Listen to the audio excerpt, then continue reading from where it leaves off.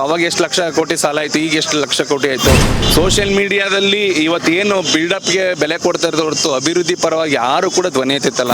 ಕಾಂಗ್ರೆಸ್ ಪಕ್ಷ ಅಂತಂದ್ರೆ ಬಡವ್ರಿಗಾಗಿ ಇರುವಂತಹ ಪಕ್ಷ ಸರ್. ಮತ್ತೆ ಉಚಿತವಾಗಿ ಮೆಡಿಸಿನ್ ಕೊಡೋಂಥದ್ದು, ಮತ್ತೆ ಉಚಿತವಾಗಿ ಶಿಕ್ಷಣ ಕೊಡೋಂಥದ್ದು, ಇದೆಲ್ಲ ಮಾಡ್ಬೇಕು ಸರ್ ಸೆಂಟ್ರಲ್ ಗೌರ್ಮೆಂಟ್.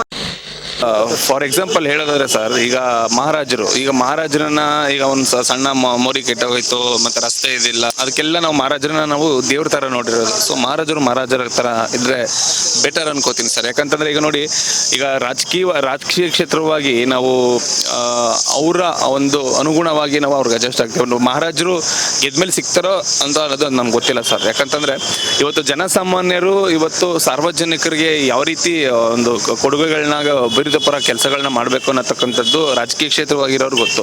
ಮಹಾರಾಜರು ಅರಮನೆಯಲ್ಲಿ ಇದ್ರೆ ಚಂದ ಸರ್. ಈ ಬಾರಿ ಲೋಕಸಭಾ ಚುನಾವಣೆಯಲ್ಲಿ ಕಾಂಗ್ರೆಸ್ ಬಂದ್ರೆ ಬೆಟರ್ ಅನ್ಕೋತೀನಿ. ಯಾಕೆ ಅಂತ ಹೇಳಿದ್ರೆ, ಈ ಮಾತು ಏನಕ್ಕೆ ಹೇಳ್ತಾ ಇದೀನಿ ಅಂದ್ರೆ, ಇವತ್ತು ನೋಡಿ ಸರ್, ಇವತ್ತು ಮಹಿಳೆಯರಿಗೆ ಉಚಿತ ಬಸ್ ಸೌಲಭ್ಯ ಆಗಿರ್ಬೋದು, ಮತ್ತೆ 2,000 ರೂಪಾಯಿ ಇರೋದು ಸಾಕಷ್ಟು ಅನುಕೂಲ ಆಗ್ತದೆ. ಅಂದ್ರೆ ಕಾಂಗ್ರೆಸ್ ಪಕ್ಷ ಅಂತಂದ್ರೆ ಬಡವ್ರಿಗಾಗಿ ಇರುವಂತಹ ಪಕ್ಷ ಸರ್. ಯಾಕಂತ ಹೇಳಿದ್ರೆ, ಇವತ್ತು ನಾವು ಬಿಜೆಪಿ ಬಗ್ಗೆ ನಾನು ಮಾತನಾಡೋದಾದ್ರೆ ಅದು ಅದಾನಿ ಅಂಬಾನಿ ಅವ್ರಿಗೋಸ್ಕರ ಇರೋಂಥ ಪಕ್ಷ ಅಂತ ಹೇಳಕ್ ಇಷ್ಟಪಡ್ತೀನಿ. ಯಾಕಂದ್ರೆ ಇವತ್ತು ಎಲ್ಲ ಖಾಸಗೀಕರಣ ಆಗ್ತದೆ. ರೈಲ್ವೆ ಸ್ಟೇಷನ್ ಆಗಿರ್ಬೋದು, ಇವತ್ತು ನಮ್ಮ ಇಂಟರ್ನ್ಯಾಷನಲ್ ಏರ್ಪೋರ್ಟ್ ಆಗಿರ್ಬೋದು, ಮತ್ತೆ ಪೋರ್ಟ್ ಬಂದರುಗಳಾಗಿರ್ಬೋದು, ಎಲ್ಲ ಕೂಡ ಪ್ರೈವೇಟ್ ಆಗ್ತದೆ. ಈಗ KEBನೂ ಕೂಡ ಪ್ರೈವೇಟ್ ಮಾಡಬೇಕು ಅಂತ ಹೊರಟಿದ್ರು. ಸೊ ಈ ತರ ಖಾಸಗೀಕರಣ ಏನಕ್ಕೆ ಮಾಡಬೇಕು? GDP ಎಷ್ಟಿದೆ, ಇವತ್ತು GDP ಎಷ್ಟಿದೆ, ಅಭಿವೃದ್ಧಿ ಪರ ಆಯಿತು. ಅವಾಗ ಎಷ್ಟು ಲಕ್ಷ ಕೋಟಿ ಸಾಲ ಆಯಿತು, ಈಗ ಎಷ್ಟು ಲಕ್ಷ ಕೋಟಿ ಆಯಿತು. ಬರೀ ಈಗ ಮೋದಿ ಅಂದ್ರೆ ದೇಶಕ್ಕೆ ಒಳ್ಳೇದು ಮಾಡ್ತಿದ್ದಾರೆ. ಇವತ್ತು ರಾಮ ಮಂದಿರ ಕಟ್ಟಿದೆ, ನಾವು ರಾಮ ಮಂದಿರ ಭಕ್ತರು ಸರ್. ನಮ್ಮ ಏರಿಯಾದಲ್ಲೂ ಹೆಚ್ಚು ಕಮ್ಮಿ ಇಲ್ಲ ಅಂತಂದ್ರು ಒಂದು ಹುಡುಕ್ತಿನಾರು ಒಂದು 30ಕ್ಕಿಂತ ಹೆಚ್ಚು ರಾಮ ಮಂದಿರಗಳಿದೆ. ಖಂಡಿತವಾಗ್ಲೂ ನಾನು ಅದ್ರ ಬಗ್ಗೆ ನಾನು ಮಾತಾಡಲ್ಲ. ಬಟ್ ರಾಮ ಮಂದಿರ ಜೊತೆಗೆ ನಾನು ವೈಯಕ್ತಿಕವಾಗಿ ಹೇಳ್ತಾ ಇರೋದು, ಹಾಸ್ಪಿಟಲ್ಸ್ಗಳು ಕಟ್ಟಿದ್ರೆ ಎಷ್ಟೋ ಬಡ ಪೇಷಂಟ್ಸ್ಗಳಿಗೆ ಅನುಕೂಲ ಆಗ್ತಾ ಇತ್ತು. ಜೊತೆಗೆ ಕಾಲೇಜು, ವಿದ್ಯಾವಂತರಿಗೆ ಕಾಲೇಜ್ಗಳ ಕೊರತೆ ಇದೆ ಸರ್. ಕಾಲೇಜ್ ಮಾಡಿದ್ರೆ ಚೆನ್ನಾಗಿರ್ತಿತ್ತು. ಮತ್ತೆ ಉಚಿತವಾಗಿ ಮೆಡಿಸಿನ್ ಕೊಡೋಂಥದ್ದು, ಮತ್ತೆ ಉಚಿತವಾಗಿ ಶಿಕ್ಷಣ ಕೊಡೋಂಥದ್ದು, ಇದೆಲ್ಲ ಮಾಡ್ಬೇಕು sir central government. Sir Rama ಯಾವಾಗಲೂ ಖಂಡಿತವಾಗ್ಲೂ ನಮ್ಮ ಹಾರ್ಟಲ್ಲಿ ಇರ್ತಾರೆ. ಸೊ ಅದಕ್ಕಿಂತ ಮುಖ್ಯವಾಗಿ ಇವತ್ತು ಮಹಿಳೆಯರಿಗೆ ಸಮಾನತೆ ನೀಡಿದಂತ ಅಲ್ಲಿ ಕಾಣ್ತಾ ಇದಲ್ಲ ಸರ್ ನಮ್ಮ ಭೀಮಾ.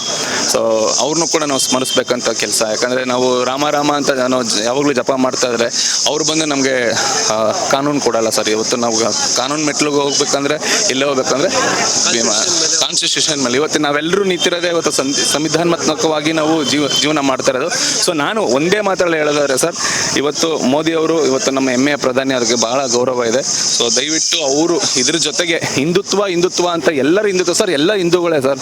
ಬೇರೆ ಕ್ರಿಶ್ಚಿಯನ್ ಮುಸ್ಲಿಂ ಎಲ್ಲರೂ ಹಿಂದೂಗಳೇ ತರ ನೋಡಿದ್ವು. ಬಟ್ BJP ಅವರು ಇಲ್ಲಿ ಕೋಮುಗಲಭೆ ಎಬ್ಸ್ತಾ ಇದ್ದಾರೆ ಸರ್. ಒಂದು ಎರಡನೇದೇನಪ್ಪ ಅಂದ್ರೆ, ಇಲ್ಲಿ ನಮ್ಗೆ ಹಿಂದುತ್ವ ಬೇಡ ಸರ್, ಬಂಧುತ್ವ ಬೇಕು. ಬಂಧುತ್ವ ನಾವೆಲ್ಲರೂ ಕೂಡ ಒಂದಾಗಿ ಸಮಾನವಾಗಿ ನಡೆಯೋದು. ನೀವು ನೋಡಿ ಸರ್, ಲಾಸ್ಟ್ ಟೈಮ್ ಈಗ ನೋಡಿ 5 ವರ್ಷ BJP ಆಳ್ತು. ಬರೀ ಆರನ್ನು ಹಿಜಾಬು ಹಲಾಲು ಇದೇ ಆಯ್ತು ಹೊರತು ಅಭಿವೃದ್ಧಿ ಪರ ಎಲ್ಲ ಆಯ್ತು ಸರ್.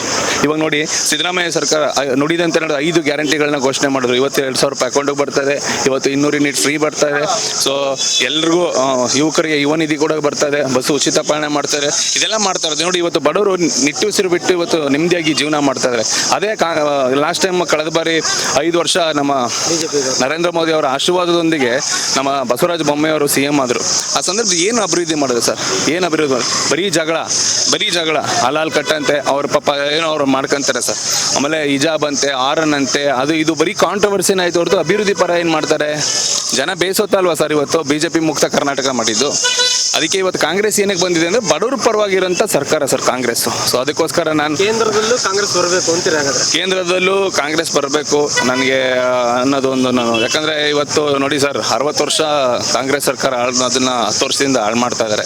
ಸೊ ಇದು ನಮ್ಮ ಜನಸಾಮಾನ್ಯರಿಗೆ ಅರ್ಥ ಆಗ್ತಾ ಇಲ್ಲ ಸರ್. ಇವತ್ತು ಯುವಕರು ಎಲ್ಲಿ ಸರ್ ನಮಗೆ 6 ಕೋಟಿ ಉದ್ಯೋಗ ತರ್ತಿದ್ರಲ್ಲ, ಯಾರಿಗೆ ಸರ್ ಉದ್ಯೋಗ? ಸೆಂಟ್ರಲ್ ಗೌರ್ಮೆಂಟ್ ಇದು ಯಾವ್ದಾದ್ರು ಅನೌನ್ಸ್ ಮಾಡ್ತಾರ? ಬೇಡ ಸರ್, ಅದು ಸೆಂಟ್ರಲ್ ಗೌರ್ಮೆಂಟ್ ಬಗ್ಗೆ ಮಾತಾಡಲ್ಲ. ನಮ್ಮ ಕನ್ನಡಿಗರು ಎಷ್ಟು ಕೆಲಸ ಸಿಗ್ತಾ ಇದೆ ಇವತ್ತು ಸೆಂಟ್ರಲ್ ಗೌರ್ಮೆಂಟ್ ಸರ್. ಇವತ್ತು ರೈಲ್ವೆಗೆ ಅಪ್ಲಿಕೇಶನ್ ಹಾಕಿದ್ರೆ 75% ನಾರ್ತ್ ಉತ್ತರ ಭಾರತ ಜನತೆಗೆ ಕೆಲಸ ಸಿಗ್ತದೆ. ಕನ್ನಡಿಗರು ಅನ್ಯಾಯ ಆಗ್ತಾ ಇದೆ ಸರ್. ಇದ್ರ ಬಗ್ಗೆ ಯಾರು ಧ್ವನಿ ಎತ್ತಾರ? ಸೊ ಆಯಿತು ಸರ್, ಇವಾಗ ಮೋದಿ ಅವರು ಬರ್ತಾರೆ ಕರ್ನಾಟಕಕ್ಕೆ, ಅಮಿತ್ ಶಾ ಅವರು ಬರ್ತಾರೆ, ಕರ್ನಾಟಕ ಇವಾಗ ಬಿಸಿಲು ಬರ ಪರಿಹಾರನ ಕೊಡ್ತಾ ಇದ್ದೀರಾ ಇಲ್ಲ ಏನಾದರೂ ಯೋಜನೆಗಳನ್ನ? ಸರ್ ನಾವು ಎಷ್ಟು ಟ್ಯಾಕ್ಸ್ ಕಟ್ತಾ ಇದ್ದೀರಾ ಸರ್? ಇವತ್ತು ಮಸಾಲೆ ದೋಸೆಯಿಂದ ಹಿಡಿದು ಇವತ್ತು ನಾವು ಹಾಕೋ ಬಟ್ಟೆವರೆಗೂ ಪ್ರತಿಯೊಂದಕ್ಕೂ ಕೂಡ ನಾವು GST ಕಟ್ತಾ ಇದ್ದೀವಿ, ತೆರಿಗೆನ ಕಟ್ತಾ ಇದ್ದೀವಿ. ನಾವು ತೆರಿಗೆ ಕೊಟ್ಮೇಲೆ ಅಲ್ಲಿಂದ ನಮಗೆ ಫಂಡ್ ಕೊಡಬೇಕಲ್ವ ಸರ್? ಕೊಡಬೇಕಲ್ವಾ? ಏನು ಕೊಡ್ತಾ ಇದ್ದಾರೆ ಅನ್ನೋಂಥದ್ದು ನಾವು ಯುವಕರು ಯೋಚನೆ ಮಾಡಬೇಕು. ಯಾಕಂತ ಹೇಳಿದ್ರೆ ಇವತ್ತು ಸೋಷಿಯಲ್ ಮೀಡಿಯಾದಲ್ಲಿ ಇವತ್ತು ಏನು ಬಿಲ್ಡಪ್ಗೆ ಬೆಲೆ ಕೊಡ್ತಾ ಇರೋದು ಹೊರತು ಅಭಿವೃದ್ಧಿ ಪರವಾಗಿ ಯಾರು ಕೂಡ ಧ್ವನಿ ಎತ್ತಿತ್ತಲ್ಲ. ಇದು ನನ್ನ ಒಂದು ಮನಸ್ಸಿನ ಮಾತು.